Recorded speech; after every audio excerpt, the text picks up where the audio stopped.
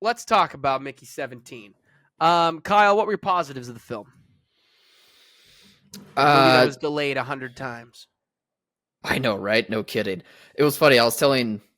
We know about that so much, and we've been waiting for this movie forever to come out. And I was telling a buddy of ours that went to the movie with me that like it was delayed 7,000 times, and he was like, "Really? I didn't even know it was coming out this week." Like I just had to tell him What that. buddy? Augusta. Oh, It was Augusta. he's a goof and a He's a half. goof.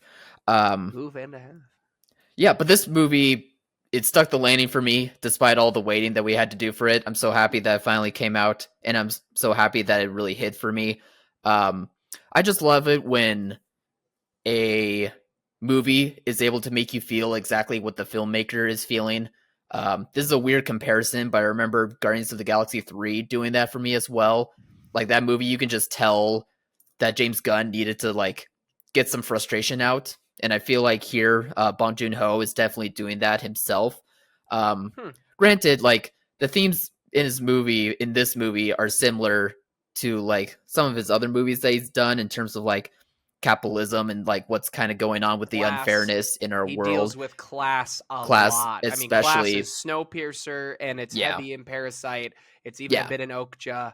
Hmm. So yeah, class is definitely one of his big talking points that he likes Yeah, to talk about. for sure. And that's what's happening in Mickey 17 as well. But what I liked here is that he takes a in your face satirical comedy approach to it that is really releasing like frustrations and anger and angst in a much more like direct in your face way compared to his other movies that are a bit more streamlined and even more nuanced throughout, which I could see it maybe rubbing some people the wrong way with the in your faceness of it. um might affect like the pacing of the movie for some people as well. I know it did for me at times, just between like the story stuff and like just the world building stuff that he's trying to do, combined with the juggling of the themes in just such a different way that it doesn't feel like it really has doesn't have like the best flow to the story. But I still think like it really sticks the landing in like the second and third act, especially. Um, Robert Pattinson in this role obviously is fantastic. I just love that it's another notch in his belt of like being fearless with the roles that he chooses and like the way that he acts in just such a uh freakishly large way, in a freakishly large sense that's just so entertaining. But it always feels different from every role. He Especially here. truly is one of the best actors working today. Like when we left, I just kept Mm, thinking like this is the career Timothy Chalamet should be trying to get to be considered one of the greats. Like mm, obviously you can say with everything on Twilight and blah blah blah, but he has really done great work, and he has worked with incredible filmmakers. Um yeah. I mean even just from voice work in Boy and the Heron to a Mm, movie like Good Time, like to mm, them Batman. He is such a talent. absolutely. He doesn't get brought up enough in how good he has been over the last decade. Yeah. Yeah. Um, so I'll just close out my thoughts by just saying that um, on top of the movie, just hitting home for its themes and story wise and the performances, especially from Mark Ruffalo and Tony Collette, who ham it up perfectly. Naomi Aki, who I'm just now knowing about from this movie. I don't recognize her from other things. I know, Alex, you were telling me she was in Blink Twice. I just haven't seen Blink Twice yet. Oh, I thought you Um, watched it. no, I haven't been able to check it out yet. Oh, I Yeah, swear you told me you watched that. I was so confused because I remember no, thinking, turning it out, the Zoe Kravitz movie? Weird. yeah, I I don't know. Maybe. swear you had told me you would watch it. It's a good horror movie. That's Mm, crazy mm. to me. I feel like you had watched it. I should check it out now because I really liked her in this role. Her character, it's funny. Like there is enough depth to her character in like some small moments that I really appreciated. But I just wish I got to see that character more in this movie. I guess a large part because of how good she is in the movie. So I don't know. I guess that's another negative that I could have, but it's not really. It's for a good reason. Like she's just that good, and the character was just that interesting to me.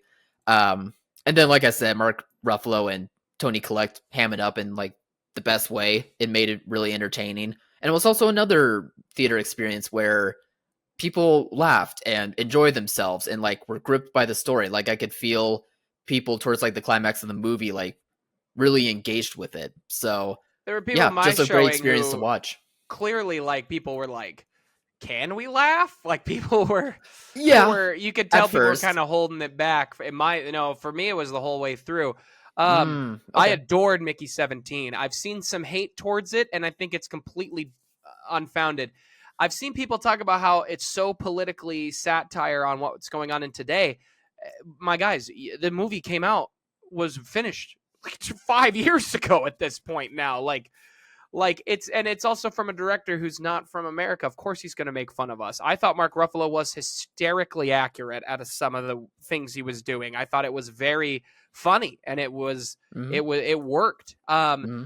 Robert Pattinson's voice, you could definitely feel the Steve Buscemi. I know he's talked in interviews that that's where his inspiration was. Steve Buscemi from Fargo specifically was his Okay, inspiration for his voice. that's At cool. times, Batman came out in this movie, and it was awesome to see Batman and then the Mickey voice back to back at times. It was Yeah, cool. Uh, yeah. I thought the movie was very funny. I thought its themes delivered. It does take a minute for you to kind of just like they don't do a ton of setup. I feel. I mean, they do set up Mickey, but they don't. There is some stuff about the world and things going on that it's like maybe we could have talked about this or that. But to me, that was easy to get past. I thought everybody brought an A plus performance. It was such a crazy, weird movie. Like I loved it. It's horror-esque at times. It's very funny at times. It's a thriller at times. It's action at times. I mean, this movie I thought was really cool. And he also plays a lot into animals and animal like the way we Oh yeah. treat nature and stuff. I mean, Okja is pretty much just completely about that. Mm-hmm. And I thought that worked great in here. I would die to have a creeper in my home Yeah. because the creepers are awesome. I loved Mickey 17. The announcement is that Bong Joon-ho's next project is going to be an animated movie. Oh, Very curious to see what that would be, what that's going to be. I'll watch anything he does. And to be honest, I've also seen let some Rob voice people be act. like, I've seen a lot of people say, if you're going into this movie expecting Parasite, you're going to be disappointed. I've seen people be like, what a step down from Parasite. Go watch Parasite. You clearly just wanted to watch Parasite. So don't go into the movie expecting it to be Parasite. I mean, I had Who are these people? expectations when the movie I'm was not. first announced, being like, man, like, oh, they're not putting around Oscar season. Like, I just assumed it might be another big Oscar contender. It ended up not being that. I saw the first trailer and Nah. was like, oh, yeah, this is not that type of film. Mm-hmm. Um, so like there's tons of people saying that, critics we follow, there's tons of pundits, I've seen it all over the place, and it's like, why Mm. did you go in expecting that? Why did you go in expecting Parasite? Like, it was clear from the trailer that this was going to have some comedy, like some, that's also like his brand, is to do kind of dark humor comedy. um It's it's such just, odd. It's odd phrasing whenever someone does that of any filmmaker. I what do you think mean? like if you're expecting their last movie, which was an Oscar-winning film, prepare to be disappointed. Like, yeah, it's not gonna. What, he's gonna bang out two of them in a row of the same But movie? Like, I mean, he come on. probably could, but like He he didn't want to could, make but that. He came up with a fun, unique, interesting story, and we got to see him in sci-fi and out in space and doing all this fun stuff with a unique take and idea. the I special just effects were very nothing. good in this They movie. were very good. Nothing Very drives me impressive. just more nuts than the idea of we need to put a movie down because we are comparing it to a movie that has nothing to do with this. It's become one of the most pet peeve arguments I hear from people. It instantly ticks me off when I hear that. Well, it No, I wasn't agree. as good as this movie. It wasn't Parasite. It wasn't as good. So I don't like this movie anymore. It wasn't as good as Parasite. The My guy, go watch punditry Parasite. If you want to watch Parasite, go watch coming Parasite. coming from the punditry side, I could see why they would articulate things in that way, but if critics are articulating things in that way, I think that's kind of lame. Like, your I job think is to, both are lame. They yeah, just but want at least clicks. punditry, I think critics have a high bar for like expressing their reasons why a movie does or does not work for them or isn't the same as like the last movie a filmmaker did. Don't go to that level. Just don't do it. Fair enough. That's me All personally. right. So yeah, Moving on, excited to see what Bong Joon-ho does next. I did rewatch of course. Snowpiercer since seeing it for the first time. I hadn't actually rewatched the Mm, full thing, and it really did hit differently now that I kind of understand filmmaking more.